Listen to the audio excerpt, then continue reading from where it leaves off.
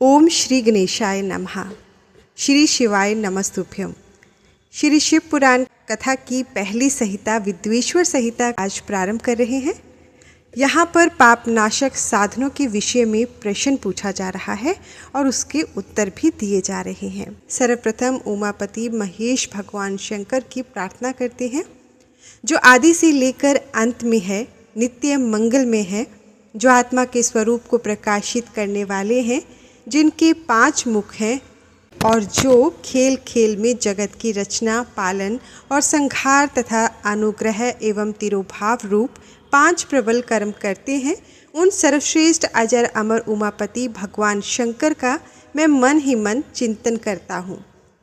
व्यास जी कहते हैं, धर्म का महान क्षेत्र जहाँ गंगा यमुना का संगम है, उस पुण्य में प्रयाग जो ब्रह्मलोक का मार्ग है, वहाँ एक बार महातेजस्वी महाभाग महात्मा मुनियों ने विशाल यज्ञ का आयोजन किया।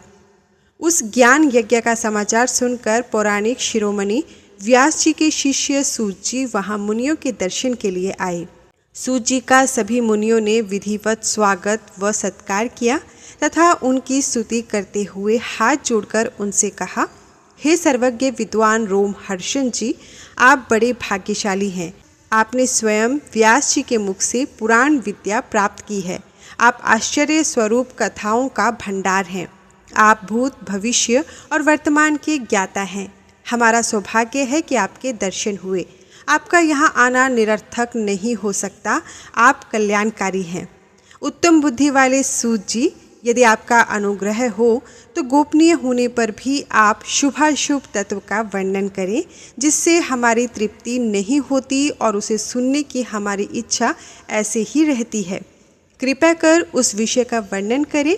घोर कलयुग आने पर मनुष्य पुण्य कर्म से दूर होकर दुराचार में फंस जाएगा, दूसरों की बुराई करेगा, पराई स्त्रियों के प्रति आसक्त होंगे, हिंसा करेंगे, मूर्ख नास्तिक और पशु बुद्धि हो जाएंगे।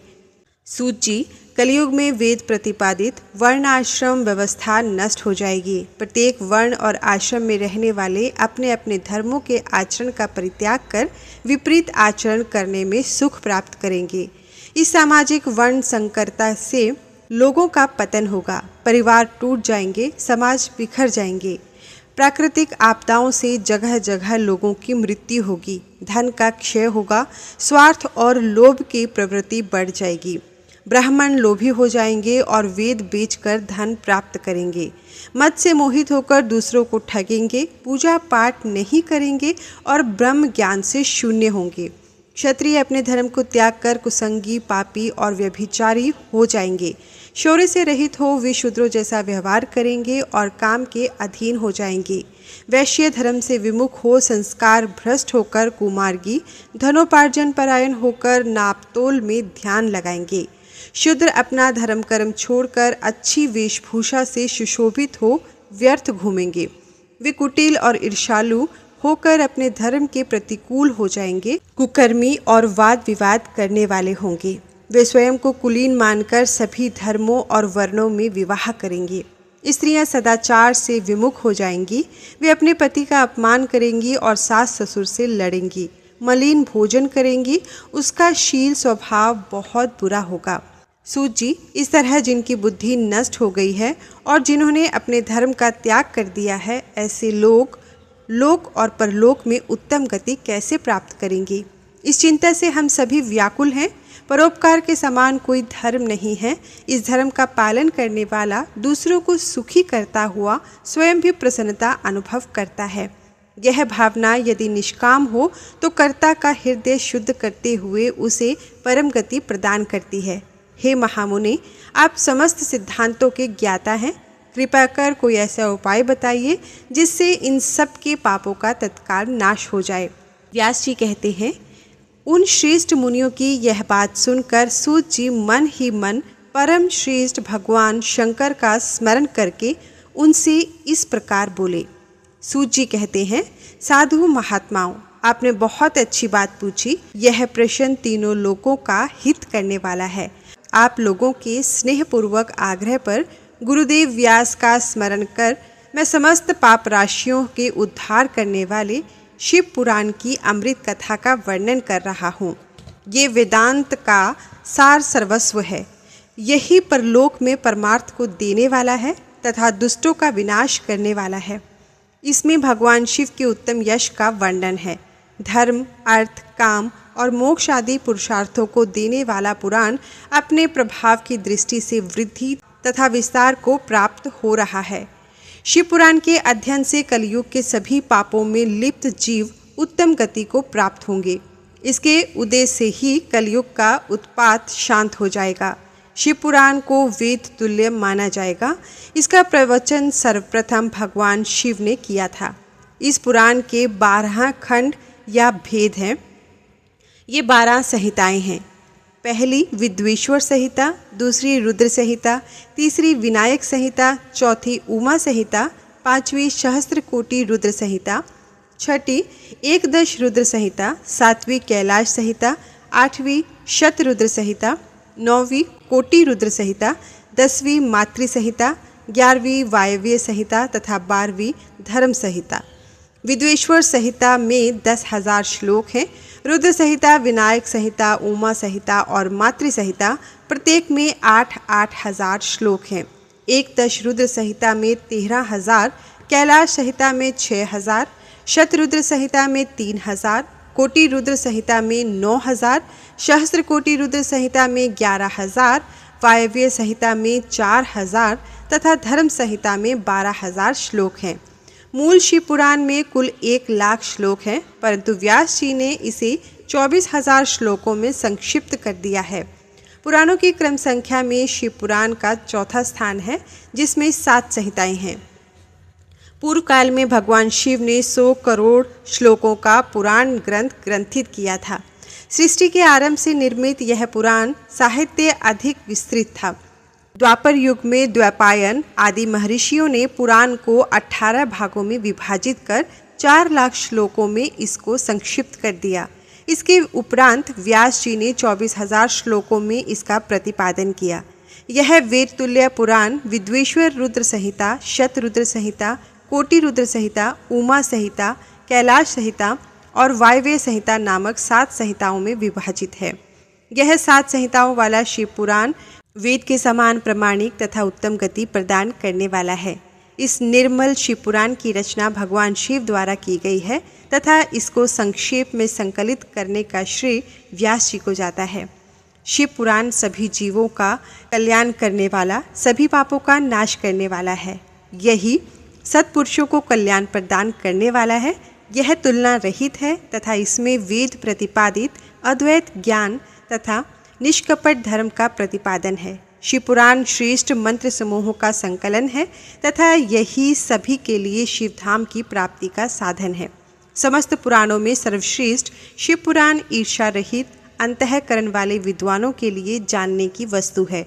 इसमें परमात्मा का गान किया गया है। इस अमृत में शिव पुराण को आदर से पढ़ने और सुनने वाला मनुष्य भगवान शिव का प्रिय होकर परम गति को प्राप्त कर लेता है। व्यास जी कहते हैं, सूत जी के वचनों को सुनकर सभी महर्षि बोले, भगवान आप वेद तुल्य अद्भुत एवं पुण्य में शिव पुराण की कथा सुनाइए। सूत जी ने कहा, हे महर्षि गण, आप कल्याण में भगवान शिव का स्मरण करके वेद के सार से प्रकट शिव पुराण की अमृत कथा सुनिए। शिव पुराण में भक्ति, ज्ञान और वैराग्य का गान किया गया है।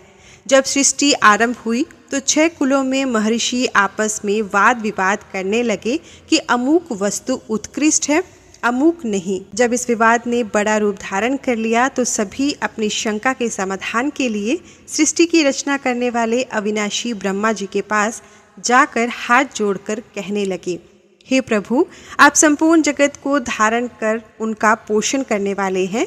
प्रभु, हम जानना चाहते हैं कि संपूर्ण तत्वों से परे परात्पर पुराण पुरुष कौन है।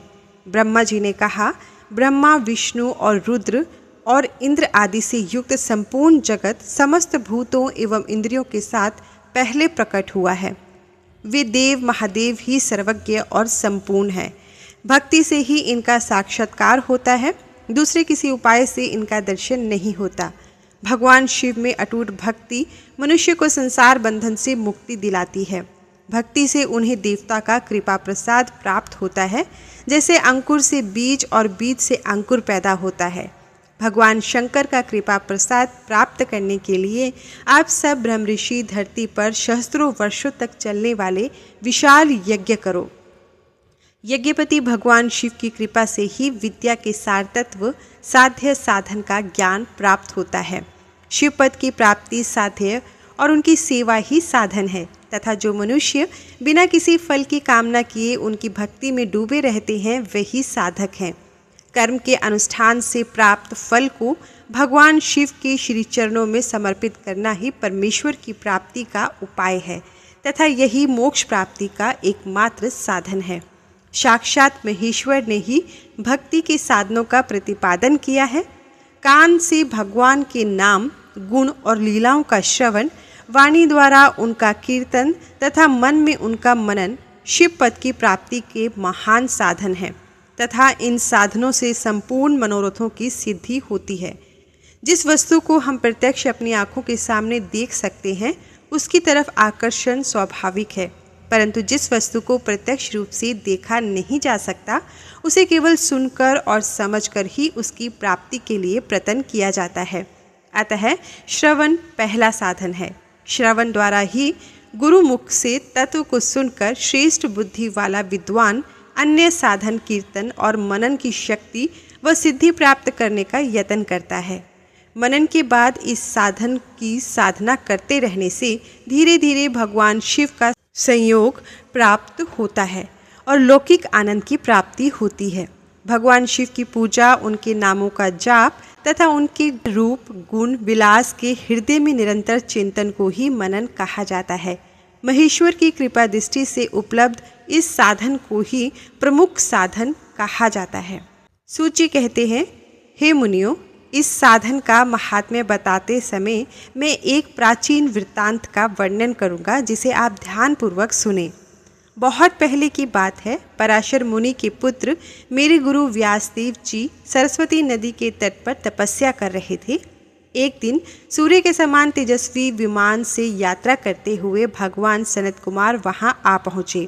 मेरे गुरु ध्यान में मगन थे।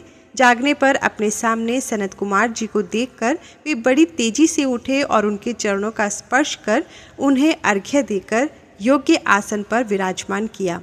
प्रसन्न होकर सनत कुमार जी गंभीर वाणी में बोले, मुनि, तुम सत्य का चिंतन करो। सत्य तत्व का चिंतन ही श्रेय प्राप्ति का मार्ग है। इसी से कल्याण का मार्ग प्रशस्त होता है। यही कल्याणकारी है। यह जब जीवन में आ जाता है तो सब सुंदर हो जाता है। सत्य का अर्थ है सदैव रहने वाला। इस पर काल का कोई प्रभाव नहीं पड़ता। यह सदैव एक समान रहता है। सनत कुमार जी ने महर्षि व्यास को आगे समझाते हुए कहा, महर्षि, सत्य पदार्थ भगवान शिव हैं। भगवान शंकर का श्रवण, कीर्तन और मनन ही उन्हें प्राप्त करने के सर्वश्रेष्ठ साधन है। पूर्व काल में मैं दूसरे अनेकानेक साधनों के भ्रम में पड़ा घूमता हुआ तपस्या करने मंदराचल पर जा पहुंचा। कुछ समय बाद महेश्वर शिव की आज्ञा से सबके साक्षी तथा शिवगणों के स्वामी नंदेश्वर वहां आए और स्नेहपूर्वक मुक्ति का साधन बताते हुए बोले, भगवान शंकर का श्रवण, कीर्तन और मनन ही मुक्ति का स्तोत्र है। यह बात मुझे स्वयं देवादिदेव भगवान शिव ने बताई है, अतः तुम इन्हीं साधनों का अनुष्ठान करो। व्यास जी से ऐसा कहकर अनुगामियों सहित सनत कुमार ब्रह्मधाम को चले गए। इस प्रकार इस उत्तम वृत्तांत का संक्षेप में मैंने वर्णन किया। ऋषि बोले, सूत जी, आपने श्रवण, कीर्तन और मनन को मुक्ति का उपाय बताया है, किंतु जो मनुष्य इन तीनों साधनों में असमर्थ हो वह मनुष्य कैसे मुक्त हो सकता है? किस कर्म के द्वारा बिना यज्ञ के ही मोक्ष मिल सकता है? सूत जी कहते हैं, हे शौनक जी, श्रवण, कीर्तन और मनन जैसे साधनों को करना प्रत्येक के लिए सुगम नहीं है। इसके लिए योग्य गुरु और आचार्य चाहिए। गुरुमुख से सुनी गई वाणी मन की शंकाओं को दग्ध करती है। गुरुमुख से सुने शिव तत्व द्वारा शिव के रूप स्वरूप के दर्शन और गुणानुवाद में रसानुभूति होती है, तभी भक्त कीर्तन कर पाता है। यदि ऐसा कर पाना संभव ना हो तो मोक्षार्थी को चाहिए कि वह भगवान शंकर के शिवलिंग एवं मूर्ति की स्थापना करके रोज उनकी पूजा करे। इसे अपनाकर वह इस संसार सागर को पार हो सकता है। संसार सागर से पार होने के लिए इस तरह की पूजा आसानी से भक्तिपूर्वक की जा सकती है। अपनी शक्ति एवं सामर्थ्य के अनुसार धनराशि से शिवलिंग या शिव मूर्ति की स्थापना कर भक्तिभाव से उनकी पूजा करनी चाहिए। मंडप, गोपुर, तीर्थ, मठ एवं क्षेत्र की स्थापना कर उत्सव का आयोजन करना चाहिए तथा पुष्प, धूप, वस्त्र, गंध, दीप तथा पुआ और तरह तरह के भोजन नैवेद्य के रूप में अर्पित करने चाहिए।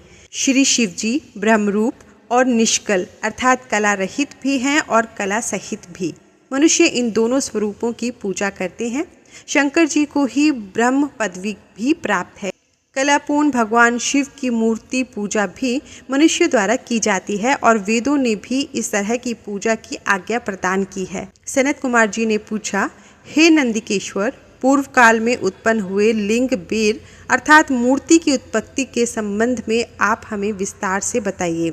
नंदिकेश्वर ने बताया, मुनीश्वर, प्राचीन काल में एक बार ब्रह्मा और विष्णु के मध्य युद्ध हुआ तो उनके बीच स्तंभ रूप में शिव जी प्रकट हो गए। इस प्रकार उन्होंने पृथ्वी लोक का संरक्षण किया। उसी दिन से महादेव जी का लिंग के साथ साथ मूर्ति पूजन भी जगत में प्रचलित हो गया। अन्य देवताओं की साकार अर्थात मूर्ति पूजा होने लगी जो कि अभीष्ट फल प्रदान करने वाली थी, परंतु शिव जी के शिवलिंग और मूर्ति दोनों रूप ही पूजनीय है। नंदिकेश्वर बोले, पूर्व काल में श्री विष्णु अपनी पत्नी श्री लक्ष्मी जी के साथ शेष शैया पर शयन कर रहे थे। तब एक बार ब्रह्मा जी वहां पहुंचे और विष्णु जी को पुत्र कहकर पुकारने लगे, पुत्र उठो, मैं तुम्हारा ईश्वर तुम्हारे सामने खड़ा हूँ। यह सुनकर विष्णु जी को क्रोध आ गया। फिर भी शांत रहते हुए वे बोले, पुत्र, तुम्हारा कल्याण हो, कहो अपने पिता के पास कैसे आना हुआ। यह सुनकर ब्रह्मा जी कहने लगे, मैं तुम्हारा रक्षक हूँ, सारे जगत का पितामह हूँ, सारा जगत मुझ में निवास करता है। तू मेरी नाभि कमल से प्रकट होकर मुझसे ऐसी बातें कर रहा है। इस प्रकार दोनों में विवाद होने लगा। तब वे दोनों अपने को प्रभु कहते कहते एक दूसरे का वध करने को तैयार हो गए। हंस और गरुड़ पर बैठे दोनों परस्पर युद्ध करने लगे। ब्रह्मा जी के वक्षस्थल में विष्णु जी ने अनेकों अस्त्रों का प्रहार करके उन्हें व्याकुल कर दिया। इससे कुपित हो ब्रह्मा जी ने भी पलटकर भयानक प्रहार किए। उनके पारस्परिक आघातों से देवताओं में हलचल मच गई। वे घबराए और त्रिशूलधारी भगवान शिव के पास गए और उन्हें सारी व्यथा सुनाई। भगवान शिव अपनी सभा में उमा देवी सहित सिंहासन पर विराजमान थे और मंद मंद मुस्कुरा रहे थे। तभी महादेव जी बोले, पुत्रों, मैं जानता हूँ कि तुम ब्रह्मा और विष्णु के परस्पर युद्ध से बहुत दुखी हो। तुम डरो मत, मैं अपने गणों के साथ तुम्हारे साथ चलता हूँ। तब भगवान शिव अपने नंदी पर आरूढ़ हो देवताओं सहित युद्धस्थल की ओर चल दिए। वहां पहुंचकर वे ब्रह्मा और विष्णु के युद्ध को देखने लगे। उन्हें जब यह ज्ञात हुआ कि वे दोनों एक दूसरे को मारने की इच्छा से माहेश्वर और पाशुपात अस्त्रों का प्रयोग करने जा रहे हैं, तो वे युद्ध को शांत करने के लिए महाअग्नि के तुल्य एक स्तंभ रूप में ब्रह्मा और विष्णु के मध्य खड़े हो गए। महाअग्नि के प्रकट होते ही दोनों के अस्त्र स्वयं ही शांत हो गए। अस्त्रों को शांत होते देखकर ब्रह्मा और विष्णु दोनों कहने लगे कि इस अग्नि स्वरूप स्तंभ के बारे में हमें जानकारी करनी चाहिए। दोनों ने उसकी परीक्षा लेने का निर्णय लिया। भगवान विष्णु ने शुक्र रूप धारण किया और उसको देखने के लिए नीचे की तरफ चल दिए। ब्रह्मा जी हंस का रूप धारण करके ऊपर की ओर चल दिए। पाताल में बहुत नीचे जाने पर विष्णु जी को स्तंभ का अंत नहीं मिला, अतः वे वापस चले आए। ब्रह्मा जी ने आकाश में जाकर केतकी का फूल देखा। वे उस फूल को लेकर विष्णु जी के पास गए। विष्णु जी ने कहा, मुझे इसका अंत कहीं नहीं मिला, परंतु ब्रह्मा जी ने कहा कि मुझे इसका छोर मिल गया है और केतकी के फूल ने भी यह देखा है। ब्रह्मा जी के छल को देखकर भगवान शिव प्रकट हुए। विष्णु जी की महानता से शिव प्रसन्न होकर बोले, हे विष्णु जी, आप सत्य बोलते हैं, अतः मैं आपको अपने समानता का अधिकार देता हूँ। नंदिकेश्वर बोले, महादेव जी ब्रह्मा जी के छल पर अत्यंत क्रोधित हुए। उन्होंने अपने तीसरे नेत्र से भैरव को प्रकट किया और उन्हें आज्ञा दी कि ब्रह्मा जी को दंड दे। आज्ञा पाते ही भैरव ने ब्रह्मा जी के बाल पकड़ लिए और उनका 5वां सिर काट दिया। ब्रह्मा जी डर के मारे कांपने लगे तथा क्षमा मांगी। इसे देखकर श्री विष्णु जी ने भगवान शिव से प्रार्थना की कि आपकी कृपा से ही ब्रह्मा जी को 5वां सिर मिला था, अतः आप इन्हें क्षमा कर दें। तब शिव जी की आज्ञा पाकर ब्रह्मा को भैरव ने छोड़ दिया। शिव जी ने कहा, तुमने प्रतिष्ठा और ईश्वरत्व को दिखाने के लिए छल किया है, इसलिए मैं तुम्हें श्राप देता हूँ कि तुम सत्कार, स्थान व उत्सव से विहीन रहोगे। ब्रह्मा जी को अपनी गलती का पछतावा हो चुका था। उन्होंने भगवान शिव से क्षमा याचना की और निवेदन किया कि वे उनका 5वां सिर पुनः प्रदान करें। महादेव जी ने कहा, जगत की स्थिति को बिगड़ने से बचाने के लिए पापी को दंड अवश्य देना चाहिए ताकि लोक मर्यादा बनी रहे। मैं तुम्हें वरदान देता हूँ कि तुम गणों के आचार्य कहलाओगे और तुम्हारे बिना यज्ञ पूर्ण ना होंगे। फिर उन्होंने केतकी के पुष्प से कहा कि केतकी के पुष्प, अब तुम मेरी पूजा में अयोग्य रहोगे। तब केतकी पुष्प बहुत दुखी हुआ और महादेव जी से क्षमा याचना करने लगा। तब महादेव जी ने कहा, मेरा वचन तो झूठा नहीं हो सकता, इसलिए तू मेरे भक्तों के योग्य होगा। इस प्रकार तेरा जन्म सफल होगा। फिर नंदिकेश्वर जी कहते हैं, ब्रह्मा और विष्णु भगवान शिव को प्रणाम कर चुपचाप उनके दाएं और बाएं भाग में खड़े हो गए। उन्होंने पूजनीय महादेव जी को श्रेष्ठ आसन पर बिठाकर पवित्र वस्तुओं से उनका पूजन किया। दीर्घ काल तक स्थिर रहने वाली वस्तुओं को पुष्प वस्तु तथा अल्पकाल तक टिकने वाली वस्तुओं को प्राकृत वस्तु कहते हैं। हार, नुपुर, कियूर, किरीट, मणिमय कुंडल, यज्ञोपवीत, उत्तरीय वस्त्र, पुष्पमाला, रेशमी वस्त्र, हार, मुद्रिका, पुष्प, तांबुल, कपूर, चंदन एवं अगरू का अनुलेप, धूप, दीप, श्वेत छत्र, व्यंजन, ध्वजा, चंवर तथा अनेक दिव्य उपहारों द्वारा जिनका वैभव वाणी और मन की पहुंच से परे था, जो केवल परमात्मा के योग्य थे, उनसे ब्रह्मा और विष्णु ने अपने स्वामी महेश्वर का पूजन किया। इससे प्रसन्न होकर भगवान शिव ने दोनों देवताओं से मुस्कुरा कर कहा, आज तुम्हारे द्वारा की गई पूजा से मैं बहुत प्रसन्न हूँ। इसी कारण यह दिन परम पवित्र और महान होगा। यह तिथि शिवरात्रि के नाम से प्रसिद्ध होगी और मुझे परम प्रिय होगी। इस दिन जो मनुष्य मेरे शिवलिंग अर्थात निराकार रूप की या मेरी मूर्ति अर्थात साकार रूप की दिन रात निराहार रहकर अपनी शक्ति के अनुसार निश्चल भाव से यथोचित पूजा करेगा, वह मेरा परम प्रिय भक्त होगा। पूरे वर्ष भर निरंतर मेरी पूजा करने पर जो फल मिलता है, वह फल शिवरात्रि को मेरा पूजन करके मनुष्य तत्काल प्राप्त कर लेता है। जैसे पूर्ण चंद्रमा का उदय समुद्र की वृद्धि का अवसर है, उसी प्रकार शिवरात्रि की तिथि मेरे धर्म की वृद्धि का समय है। इस तिथि को मेरी स्थापना का मंगलमय उत्सव होना चाहिए। मैं मार्गशीर्ष मास में आद्रा नक्षत्र से युक्त पूर्णिमा या प्रतिपदा को ज्योतिर्मय स्तंभ के रूप में प्रकट हुआ था। इस दिन जो मनुष्य पार्वती सहित मेरा दर्शन करता है अथवा मेरी मूर्ति या शिवलिंग की झांकी निकालता है, वह मेरे लिए कार्तिकेय के समान प्रिय होता है। इस शुभ दिन मेरे दर्शन मात्र से पूरा फल प्राप्त होता है। यदि दर्शन के साथ मेरा पूजन भी किया जाए तो इतना अधिक फल प्राप्त होता है कि वाणी द्वारा उसका वर्णन नहीं किया जा सकता। शिवलिंग के रूप में प्रकट होकर मैं बहुत बड़ा हो गया था, अतः शिवलिंग के कारण यह भूतल शिवलिंग स्थान अर्थात लिंग स्थान के नाम से प्रसिद्ध हुआ। जगत के लोग इसका दर्शन और पूजन कर सके, इसके लिए यह अनादि और अनंत ज्योति स्तंभ अथवा ज्योतिर्मय शिवलिंग अत्यंत छोटा हो जाएगा। यह शिवलिंग सब प्रकार के भोग सुलभ कराने वाला तथा भोग और मोक्ष का एकमात्र साधन है। इसका दर्शन, स्पर्श और ध्यान प्राणियों को जन्म और मृत्यु के कष्ट से छुड़ाने वाला है। शिवलिंग के यहाँ प्रकट होने के कारण यह स्थान अरुणाचल नाम से प्रसिद्ध होगा तथा यहाँ बड़े बड़े तीर्थ प्रकट होंगे। इस स्थान पर रहने या मरने से जीवों को मोक्ष प्राप्त होगा। मेरे दो रूप हैं, साकार और निराकार। पहले मैं स्तंभ रूप में प्रकट हुआ, फिर अपने साक्षात रूप में। ब्रह्म भाव मेरा निराकार रूप है तथा महेश्वर भाव मेरा साक्षात रूप है। ये दोनों ही मेरे सिद्ध रूप हैं। मैं ही परब्रह्म परमात्मा हूँ। जीवों पर अनुग्रह करना मेरा कार्य है। मैं जगत की वृद्धि करने वाला होने के कारण ब्रह्म कहलाता हूँ। सर्वत्र स्थित होने के कारण मैं ही सबकी आत्मा हूँ। सर्ग से लेकर अनुग्रह तक जो जगत संबंधी 5 कृत्य हैं वे सदा ही मेरे हैं।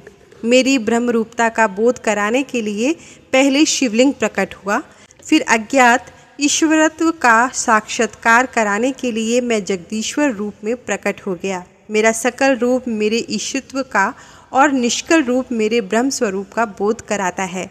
मेरा शिवलिंग मेरा स्वरूप है और मेरे सामीप्य की प्राप्ति कराने वाला है। मेरे शिवलिंग की स्थापना करने वाले मेरे उपासक को मेरी समानता की प्राप्ति हो जाती है तथा मेरे साथ एकत्व का अनुभव करता हुआ संसार सागर से मुक्त हो जाता है। वह जीते जी परमानंद की अनुभूति करता हुआ शरीर का त्याग कर शिवलोक को प्राप्त होता है, अर्थात मेरा ही स्वरूप हो जाता है। मूर्ति की स्थापना लिंग की अपेक्षा गौण है। यह उन भक्तों के लिए है जो शिव तत्व के अनुशीलन में सक्षम नहीं हैं।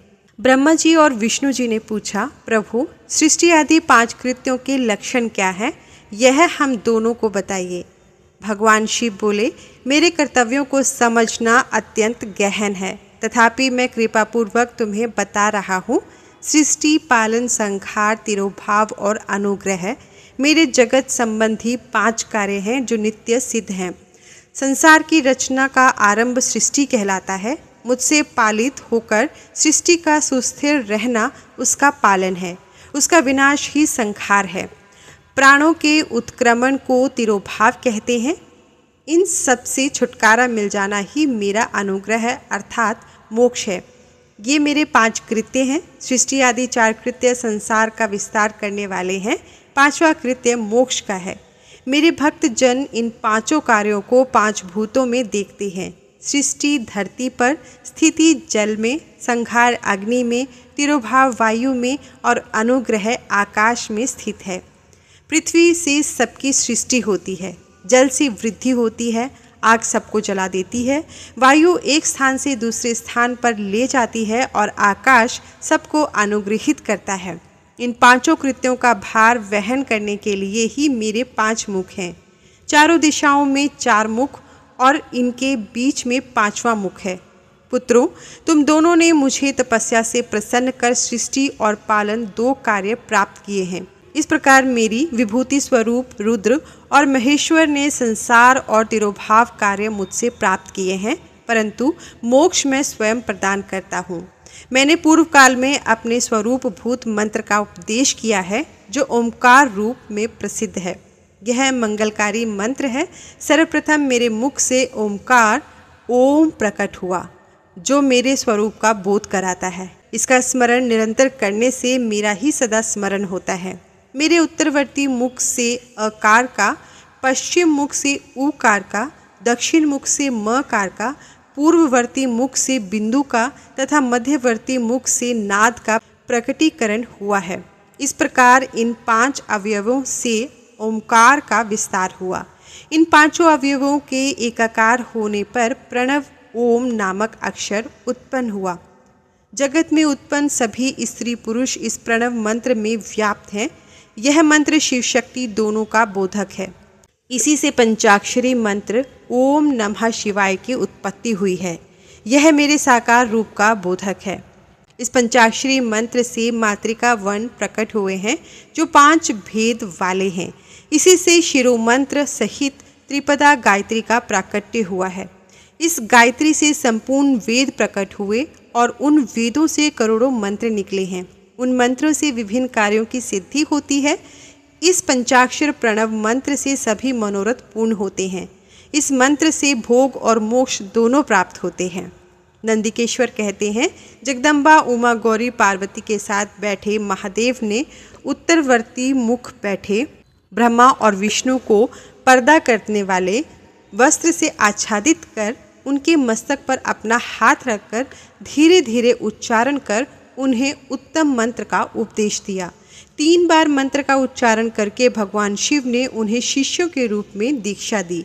गुरु दीक्षा के रूप में दोनों ने अपने आप को समर्पित करते हुए दोनों हाथ जोड़कर उनके समीप खड़े हो जगत गुरु भगवान शिव की इस प्रकार स्तुति करने लगे। ब्रह्मा जी और विष्णु जी बोले, प्रभु आपके साकार और निराकार 2 रूप हैं। आप तेज से प्रकाशित हैं, आप सबके स्वामी हैं, आप सर्वात्मा को नमस्कार है। आप प्रणव मंत्र के बताने वाले हैं तथा आप ही प्रणव लिंग वाले हैं। सृष्टि, पालन, संहार, तिरोभाव और अनुग्रह आदि आपके ही कार्य हैं। आपके 5 मुख हैं, आप ही परमेश्वर हैं, आप सबकी आत्मा हैं, ब्रह्म हैं। आपके गुण और शक्तियाँ अनंत हैं। हम आपको नमस्कार करते हैं। इन पंक्तियों से स्तुति करते हुए गुरु महेश्वर को प्रसन्न कर ब्रह्मा जी और विष्णु जी ने उनके चरणों में प्रणाम किया। महेश्वर बोले, आद्रा नक्षत्र में चतुर्दशी को यदि इस प्रणव मंत्र का जप किया जाए तो यह अक्षय फल देने वाला होता है। सूर्य की संक्रांति में महा आद्रा नक्षत्र में एक बार फिर प्रणव जप करोड़ों गुणा जप देने वाला होता है। मृगशिरा नक्षत्र का अंतिम भाग और पुनर्वसु का शुरू का भाग पूजा, होम और तर्पण के लिए सदा आद्रा के समान ही है। मेरे शिवलिंग का दर्शन प्रातःकाल अर्थात मध्याह्न से पूर्व काल में करना चाहिए। मेरे दर्शन पूजन के लिए चतुर्दशी तिथि उत्तम है। पूजा करने वालों के लिए मेरी मूर्ति और शिवलिंग दोनों समान है। फिर भी मूर्ति की अपेक्षा शिवलिंग का स्थान ऊंचा है, इसलिए मनुष्य को शिवलिंग का ही पूजन करना चाहिए। शिवलिंग का ओम मंत्र से और मूर्ति का पंचाक्षर मंत्र से पूजन करना चाहिए। शिवलिंग की स्वयं स्थापना करके या दूसरों से स्थापना करवाकर उत्तम द्रव्यों से पूजन करने से मेरा पद सुलभ होता है। इस प्रकार दोनों शिष्यों को उपदेश देकर भगवान शिव अंतर्धान हो गए। कल के अध्याय में हम जानेंगे कि ऋषियों ने जब सूत जी से पूछा कि शिवलिंग की स्थापना कैसे करनी चाहिए, उनकी पूजा कैसे करें और किस काल में करें तथा किन द्रव्यों के द्वारा उनका पूजन करना चाहिए, तो इससे संबंधित यानी कि शिवलिंग की स्थापना और पूजन विधि का वर्णन कल के अध्याय में उससे आगे का ये भी जानेंगे और उसके आगे का भी जानेंगे। तब तक के लिए हर हर महादेव। धन्यवाद।